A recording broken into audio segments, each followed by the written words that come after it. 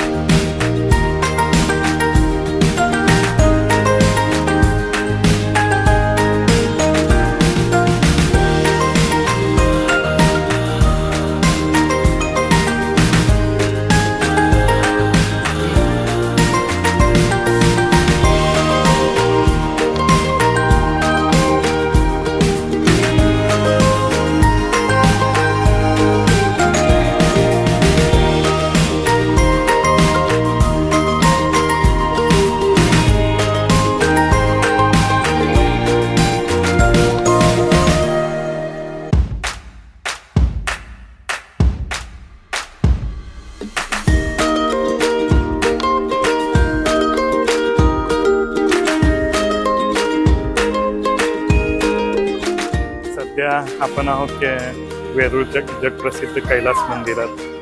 हा फोटो तुम्ही पाहिला असेल आपल्या 20 रुपयाच्या नोटेवर.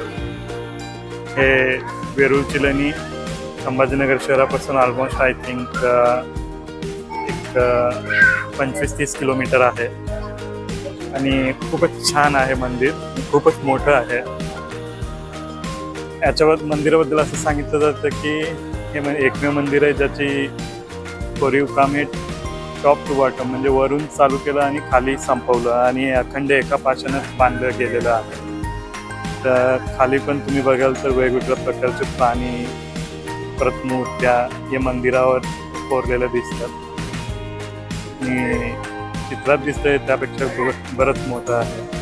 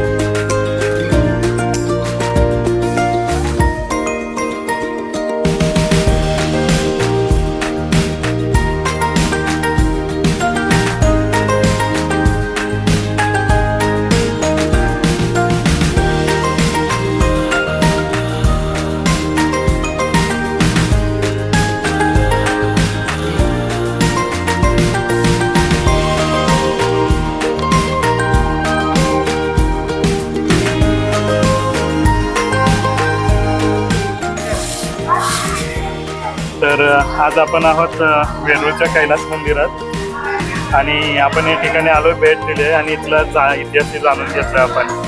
तर आपला म्हणजे फिरण्याचा एक उद्देश हा पण आहे की फक्त ठिकाणांना भेटी नाही द्यायचा, तिथला इतिहासही जाणून घ्यायचा. मग या मंदिराचा इतिहास असा आहे की राष्ट्रकूट राजा आय थिंक धृतवर्मा तिथं खाली लिहिलेलं आहे, त्यांच्या काळात या मंदिराचं बांधकाम चालू झालं आणि ते जवळपास 200 वर्ष चाललं.